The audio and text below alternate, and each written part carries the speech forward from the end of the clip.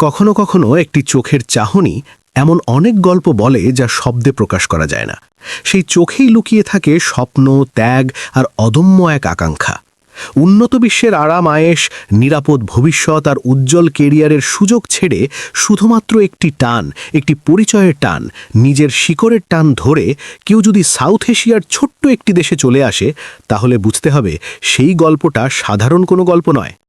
আজকের বাংলাদেশের ফুটবলে ঠিক এমনই এক নতুন গল্প লেখা শুরু হয়েছে, যেখানে রোনাল্ড ডেকল্যান, ইব্রাহিম নওয়াজ কিংবা সুলিভানদের মতো তরুণরা বড় বড় স্বপ্ন দেখছে। লাল সবুজের জার্সি গায়ে একদিন ফিফা বিশ্বকাপের মঞ্চে দাঁড়ানোর স্বপ্ন।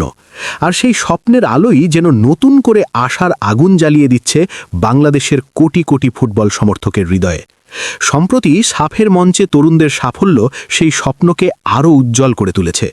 অনূর্ধ্ব ২০ দলের শিরোপা জয় শুধু একটি ট্রফি জেতার গল্প নয়, বরং এটি একটি প্রজন্মের আত্মবিশ্বাসের প্রতীক।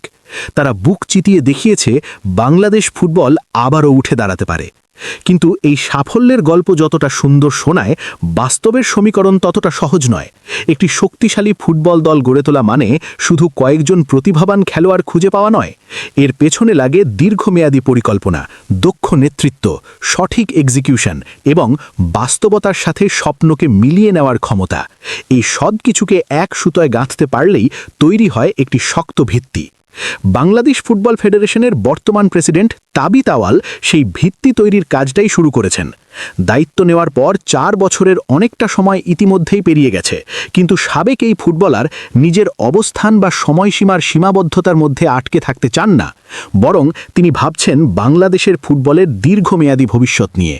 কারণ তিনি জানেন আজকের হামজা চৌধুরী, সমিত সোম, ফাহমিদুল, রাকিব হোসেন কিংবা মুরসালিনরা হয়তো স্মৃতি হয়ে যাবে। তাদের জায়গায় আসবে নতুন কোনো প্রজন্ম, নতুন কিছু মুখ। সেই নতুন মুখগুলো তৈরি করার কাজটাই এখন সবচেয়ে গুরুত্বপূর্ণ। এই দীর্ঘমেয়াদী পরিকল্পনার গুরুত্বপূর্ণ অংশ হিসেবে তাবিত আওয়াল দায়িত্ব দিয়েছেন দুজন দক্ষ সংগঠককে। তাদের একজন নাসের শাহরিয়ার জাহিরি। কাগজে কলমে তিনি বাফুফের ডেভেলপমেন্ট কমিটির চেয়ারম্যান, কিন্তু বাস্তবে তার কাজ আরও বড়। সারা বাংলাদেশ ঘুরে প্রতিভাবান তরুণ ফুটবলার খুঁজে বের করা এবং তাদের আন্তর্জাতিক মানের খেলোয়াড় হিসেবে গড়ে তোলা। এই কাজের জন্য অভিজ্ঞতা এবং ফুটবল বোঝার গভীরতা দুটোই দরকার, আর সেই জায়গায় নাসের শাহরিয়ার জাহিদি অনেকটাই এগিয়ে। অনেক বছর ধরেই তিনি নিজের অর্থায়নে পরিচালনা করছেন ক্লাস 1 ফুটবল একাডেমি। তৃণমূল ফুটবলের গন্ধ যেন ঘ্রাণেই বুঝে ফেলতে পারেন। কোন অঞ্চলে নতুন প্রতিভা জন্ম নিচ্ছে, তরুণদের চাহিদা কি, এসব বিষয়ে তার ধারণা অত্যন্ত পরিষ্কার। সম্প্রতি যে অনূর্ধ্ব ২০ দল সাফ জয় করে দেশে ফিরেছে, তাদের অনেককেই বেশ আগে থেকেই নিবিড় পর্যবেক্ষণে রাখা হয়েছিল। পরিকল্পিতভাবে তৈরি করা হয়েছে এই দলটিকে। আর সাফ জয়ের মধ্যেই তাদের দায়িত্ব শেষ হয়ে যায়নি, বরং সামনে রয়েছে আরও বড় বড় চ্যালেঞ্জ। এই বছরের জুলাই অগাস্টে অনুষ্ঠিত হবে অনূর্ধ্ব ১৭ সাফ চ্যাম্পিয়নশিপ।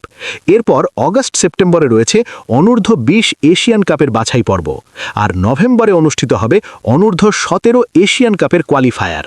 অর্থাৎ সামনে অপেক্ষা করছে আন্তর্জাতিক ফুটবলের কঠিন পরীক্ষা। সেই পরীক্ষার জন্যই ধীরে ধীরে প্রস্তুত করা হচ্ছে তরুণদের। তাই বলা যায় বাংলাদেশের ফুটবলের স্বপ্ন এখন ধীরে ধীরে বড় হচ্ছে, আরও বড় মঞ্চের দিকে এগিয়ে যাচ্ছে। তবে শুধু দেশের ভেতরের প্রতিভা খুঁজলেই হবে না, আধুনিক ফুটবলে প্রবাসী প্রতিভার গুরুত্বও অনেক। এই দায়িত্বটি পালন করছেন তাবিত আওয়ালের আরেক বিশ্বস্ত সহযোগী ফাহাদ করিম। আন্তর্জাতিক পর্যায়ে তার রয়েছে শক্তিশালী যোগাযোগের নেটওয়ার্ক। সেই নেটওয়ার্ককে কাজে লাগিয়ে তিনি বিশ্বের বিভিন্ন দেশে ছড়িয়ে থাকা প্রবাসী বাংলাদেশি ফুটবলারদের খুঁজে বের করার কাজ করছেন। ইতিমধ্যেই Ibrahim Nawaz, Ronald Declan, Sullivan ব্রাদার্সের মতো কয়েকটি নাম আলোচনায় এসেছে। নারী ফুটবলেও আনিকা রানিয়া সিদ্দিকী কিংবা সায়লা মদিনার মতো সম্ভাবনাময় খেলোয়াড়দের খুঁজে আনার পেছনেও রয়েছে এই স্কাউটিং প্রক্রিয়া। এই পুরো প্রক্রিয়াটাই করা হচ্ছে ভবিষ্যৎ বাংলাদেশের জাতীয় দলকে মাথায় রেখে। একদিকে চলছে বিশ্বজুড়ে প্রবাসী প্রতিভা খোঁজার কাজ, অন্যদিকে বাফুফের তত্ত্বাবধানে দেশে চলছে তৃণমূল পর্যায়ে খেলোয়াড় তৈরির কার্যক্রম। অর্থাৎ দুই দিক থেকেই তৈরি হচ্ছে সম্ভাবনার নতুন দরজা। যদি সবকিছু পরিকল্পনা অনুযায়ী এগিয়ে যায়, তাহলে হয়তো একদিন রোনাল্ড, ডেকল্যান কিংবা সুলিভানদের মতো তরুণরাই বাংলাদেশের পতাকাকে আন্তর্জাতিক ফুটবলের আরও বড় মঞ্চে নিয়ে যাবে। হয়তো সেদিন সুলিভান ব্রাদার্সের নানি স্টেডিয়ামের গ্যালারিতে বসে সেই মুহূর্তটা দেখার সুযোগ পাবেন কিনা তা এখনই বলা কঠিন, কিন্তু এটুকু নিশ্চিত তার নাতিদের নিয়ে গর্ব করার মতো অনেক কারণ তৈরি হবে, কারণ তারা শুধু নিজেদের জন্য নয়, পুরো একটি দেশের স্বপ্ন বয়ে নিয়ে চলছে।